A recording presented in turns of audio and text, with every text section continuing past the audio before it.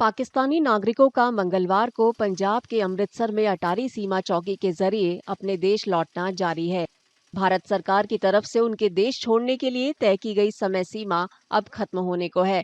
जम्मू कश्मीर के पहलगाम में 22 अप्रैल को हुए आतंकवादी हमले में 26 लोगों के मारे जाने के बाद सरकार ने पाकिस्तानी नागरिकों के लिए भारत छोड़ो नोटिस जारी किया था।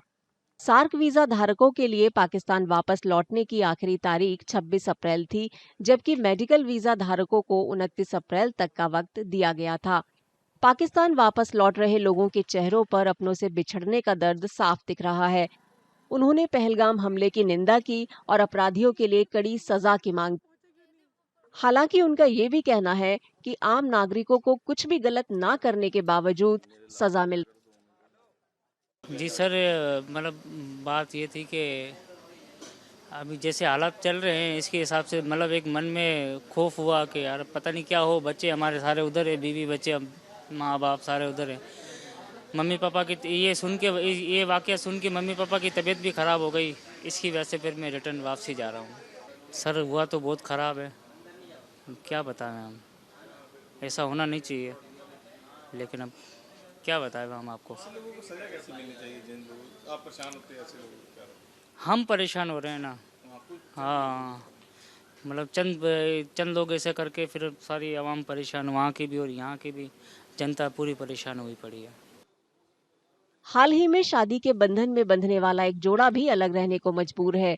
उसने साथ रहने की इजाजत देने का अधिकारियों से अनुरोध किया था, लेकिन उसे माना नहीं गया। यहाँ पर हम मामू के घर आए थे, मेरे मामू के बेटे। तो फिर शादी कर ली थी मैंने इनसे।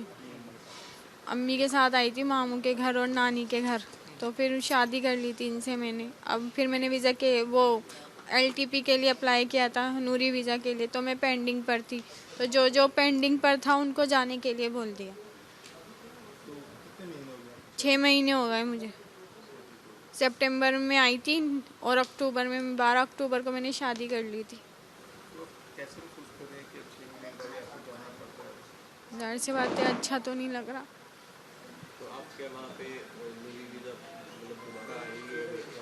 सब कह रहे हैं फिर नए सिरे से प्रोसेस होगा आपका। अगर आप आपके आई तो फिर नए सिरे से प्रोसेस होगा आपका, सब कुछ नए सिरे से होगा। क्योंकि मेरी अम्मी तो खुद इंडियन नेशनल है, वो शादी होके वहाँ गई हैं, तो उन्होंने मेरी शादी यहाँ कर दी मामू के घर। हम के मतलब आते जाते रहेंगे सब। अब अचानक से ये चीज़ हो गया। क्या कहेंगे, कुछ चंद लोगों के कारण आपको बिछड़ना पड़ रहा है इसका? मैं कहूँगी कि आप टूरिस्ट को मत आने दें, लेकिन जो शादियाँ हुई हुई हैं उनकी बस उनको अलाउ कर दें, जिनके रिलेटिव्स हैं बस उनको अलाउ कर दें आप। क्योंकि हम जब आते हैं ना, हम पूरा टोटल इनकी इंक्वायरी में होते हैं, इनकी निगरानी में होते हैं। ये हर 6 महीने में ये हमारी इंक्वायरी करने आते हैं। तो जब हम इंक्वायरी में हर चीज़ में हैं तो हमें अलाउ कर दें, बाकी भले किसी को मत आने दें। अपील करेंगे दोनों देशों की? बिल्कुल, मैं बिल्कुल अपील करूंगी कि भाई खुले रहना चाहिए। एक यही बॉर्डर खुला हुआ था, ट्रेन वाला तो बंद हुआ हुआ, एक यही खुला हुआ था जहाँ से आ रहे जा रहे थे, ये भी बंद कर दिया। आप कम से कम कहीं तो गुंजाइश रखें ना। मैं दोनों को बोलूँगी कहीं तो गुंजाइश रखें, और होना भी चाहिए, उनके रखना चाहिए इतनी। ये नहीं कि बिल्कुल ही बायकॉट कर दिया जाए, रिलेटिव्स को तो मिलने दिया जाए। हैं अगर वो दिखाते महानता तो शादी वालों को तो अलाउ कर देते, वो रह सकती हैं। अब इतना भी तो कट्टर नहीं होना चाहिए ना भाई। देखें, हर किसी का बच्चा है, हर किसी का। आपको भी बिछड़ना पड़े तो आपको कैसा लगेगा। समरीन के पति भारतीय नागरिक हैं। वे ये सोचकर बेहद दुखी हैं कि उनकी गर्भवती पत्नी पाकिस्तान लौटने के बाद अकेले कैसे रहेगी। मेरी वाइफ को छोड़ने आया हूँ। 6 महीने पहले मेरी शादी हुई थी इनसे। ये बहुत बुरा है, बहुत बुरा लग रहा है। ऐसा नहीं होना चाहिए था, बहुत ज़्यादा बुरा लग रहा है। तो कैसे पता चला कि आपको आज आखिरी दिन इसकी छोड़ने हैं? हाँ, परसों कल फ़ोन आया था कि आप जाओ। हमने एलटीपी भी अप्लाई कर रखी है इनकी लॉन्ग वीज़ा बढ़ाने के लिए। मेरी 2 महीने पहले 3 महीने पहले वेरिफिकेशन भी हुई थी घर पे। सारे काम हुए थे, मेरे जो प्रोसेस थे मैंने सारे करे थे जो भी थे, लेकिन उन्होंने बोल दिया कि आपको जाना है। इसमें बताओ मेरी वाइफ की क्या गलती है सर? जो आए थे करके चले गए। ये तो गलत है ना। किसी ने आप जैसे लोगों को भुगतना पड़ रहा है, ऐसे लोगों के लिए क्या करेंगे? ऐसे लोगों के लिए मैं कहूँगा जो फांसी से भी बढ़कर है ना सज़ा, मैं तो कह रहा हूँ डायरेक्ट गोली मार दो। फांसी में टाइम लगेगा देने में, मैं कह रहा हूँ डायरेक्ट गोली मार दो, पूरा छन्नी कर दो ऐसे लोगों के लिए, क्योंकि उनकी वजह से आज मेरी वाइफ जा रही है। ये गलत है। और थोड़ी सरकार को ये सोचना चाहिए था कि जो शादीशुदा हैं उनको तो देखना चाहिए था थोड़ा बहुत। अभी बताओ मेरी वाइफ प्रेग्नेंट है, वही वहाँ पे जाके केस होगा, केस किस तरीके से होगा आप ये बताइए मेरे को। 6 महीने हुआ शादी को, मेरे को बताइए इस चीज़ का हल तो बताइए कि वहाँ मेरा बेटा होगा या मेरी बेबी होगी, जो भी होगा वो कैसे यहाँ वापसी आएंगे आप बताओ। सरकार लाएगी क्या उनको यहाँ पे? किस तरीके से होगा? और उन्होंने नहीं आने दिया यहाँ पे मेरी बेबी को, क्या होगा? मैंने बोल रखा है इससे क्या कुछ ऐसा हो जाए तो गला घोट के मार दियो। क्या करें बताओ। करीब 1 दशक पहले शादी के बंधन में बंधे एक जोड़े ने बताया कि कैसे कई सालों तक इंतजार करने के बाद उन्हें साथ रहने का मौका मिला था। हालांकि एक बार फिर उन्हें जुदा होने के लिए मजबूर होना पड़ा है। जी, मेरी शादी को 10 साल हो गए और अभी कोविड से पहले मैं गई थी, तो कोविड की वजह से मैं वहाँ फंस गई थी। एलटीवी मेरा अप्लाइड था, मैं नूरी वीज़ा पर गई थी, लेकिन उसकी वजह से मेरा एलटीवी एक्सपायर हो गया, वो ओवर स्टे की वजह से।